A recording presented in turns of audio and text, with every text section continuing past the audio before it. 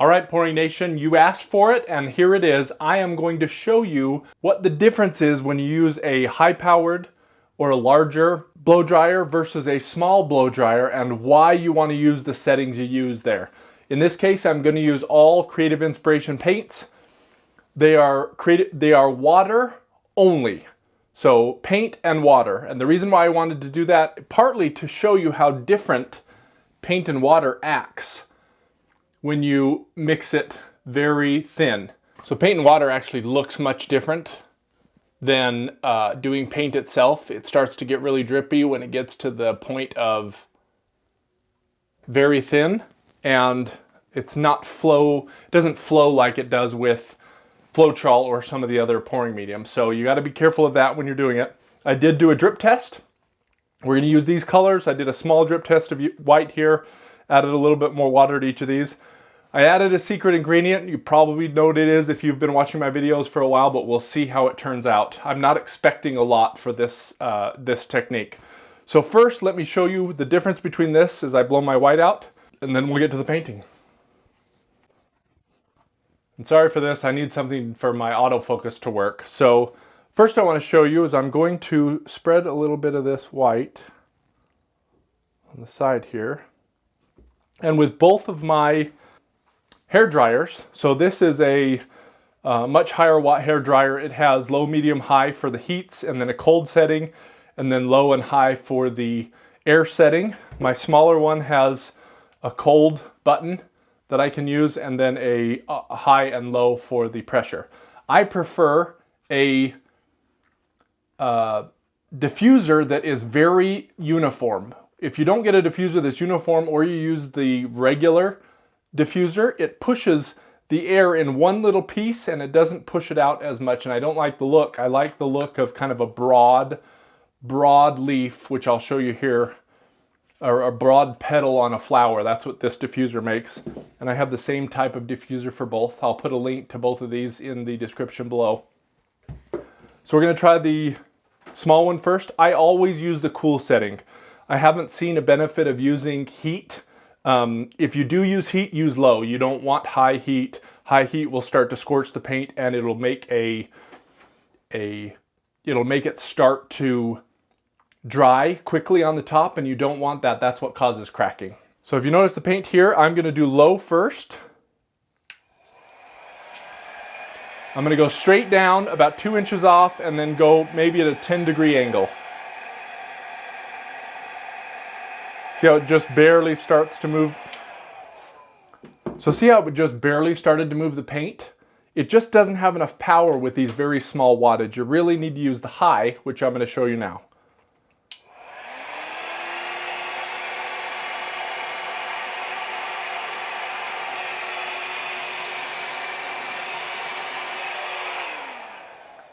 Now that pushes the paint much better. The difference is you'll have much thinner paint when you use the high setting. But I do think it moves much nicer on the canvas. And now I'm going to use my larger one. I'm going to use the cool setting, and I'm going to use the low first.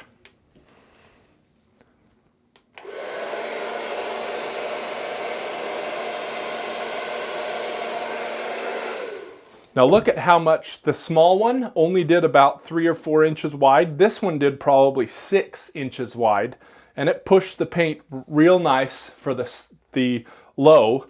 And I'm going to add a little bit more paint here to show you the high. And again, I'm pressing down on the cool because I don't want the heat.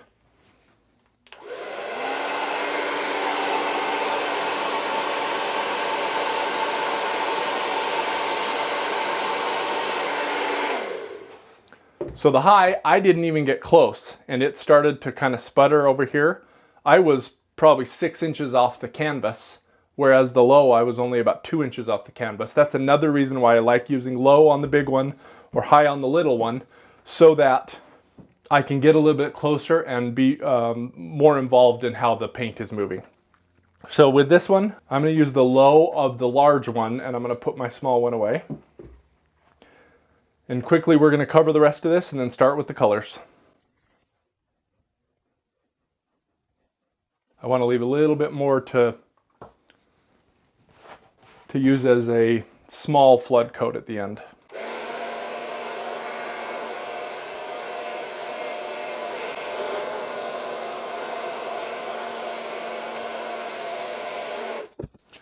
I'll get my sides really quick.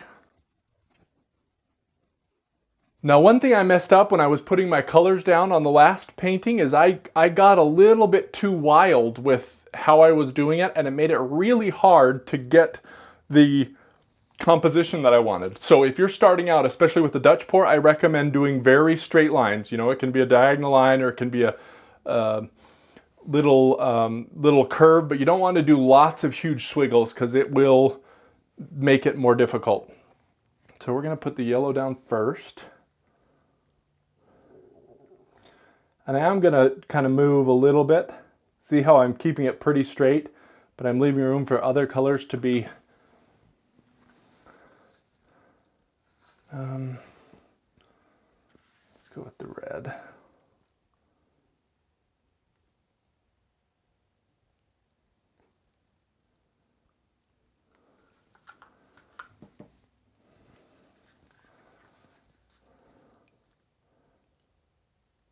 My squiggles are very small here.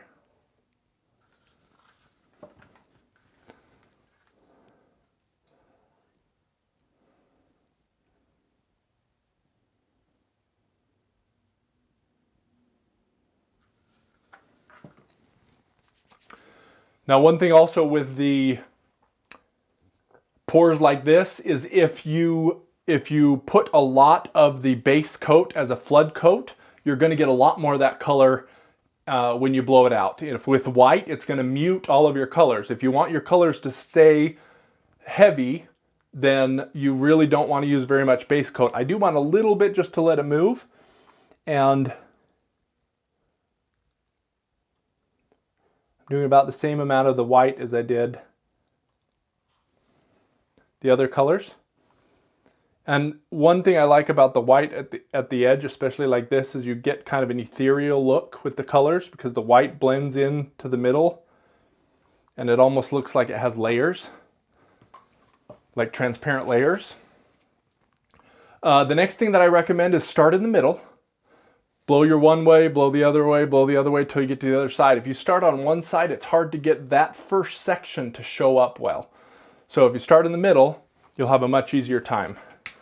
I'm going to torch really quick.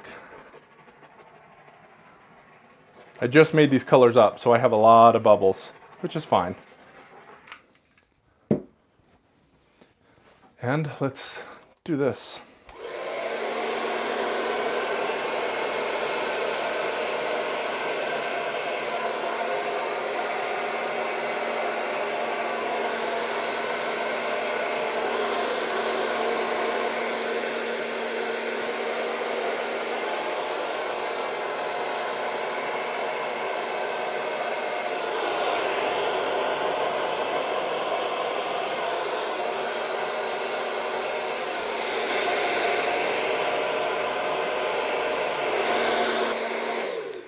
So notice how big and broad the petals are as I'm doing that. That is because I'm doing a higher pressure, and for a little bit farther out, it kind of holds that line. Now watch as I do a couple of blows with my mouth, and watch how different those sections become.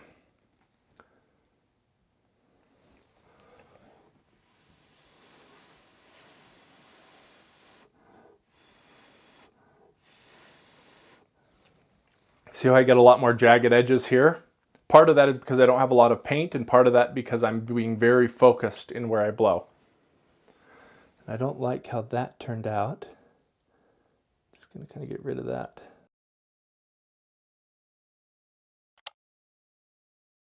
So now let's give that a little torch.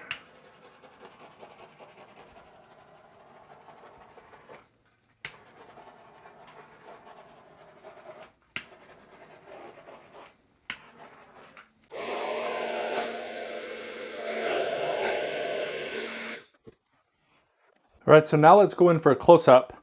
I did not use a ton of color, so it's not super bright and vibrant because of that. In addition, those little streams of white that I made, see how it looks kind of transparent layers there? That's what that does, at least with white. Other colors are just going to mix in there. But I added a couple more embellishments just to make it not as rounded, to give some hard edges to the piece. And then I liked these white dots that came up when I torched, so I torched a little bit more just along the middle there. But I want to show you the difference. If you look here, this is a painting I did with the exact same colors. I used more color and less of the flood color, and look how much more vibrant it is. Look how much more color you have in this one than you do with this one. It just depends on how much color you use. I didn't want to use too much, or otherwise I don't keep the negative space, the negative white space. And you don't want to use too little, because otherwise it just kind of blends into the background and you don't get any defined colors. It just depends on what you like. I think both are beautiful. They're just different. So this one is less color, less flood color, and this one is more color and also less flood color. Although even with this one, I got some pretty awesome, what looks like transparent layering. This one's almost dry. I did this one yesterday. And the secret ingredient, if you didn't notice already, was flood penetrol. Penetrol doesn't do much with Creative Inspiration colors. It does a lot better with matte or satin colors, which would be like your Amsterdams, or I believe your Winsor & Newton Galleria, I believe, are also more matte than semi-gloss and gloss. So it seems to help more with the more matte colored paints. But it doesn't do much with the Dutch pour. It doesn't give us cells like I would have gotten had I used, for example, Amsterdam paints here. So if you're still struggling with your Dutch pour and you need a little bit more help, I would recommend you watch my video here about how to do your first Dutch pour with Floetrol and paint.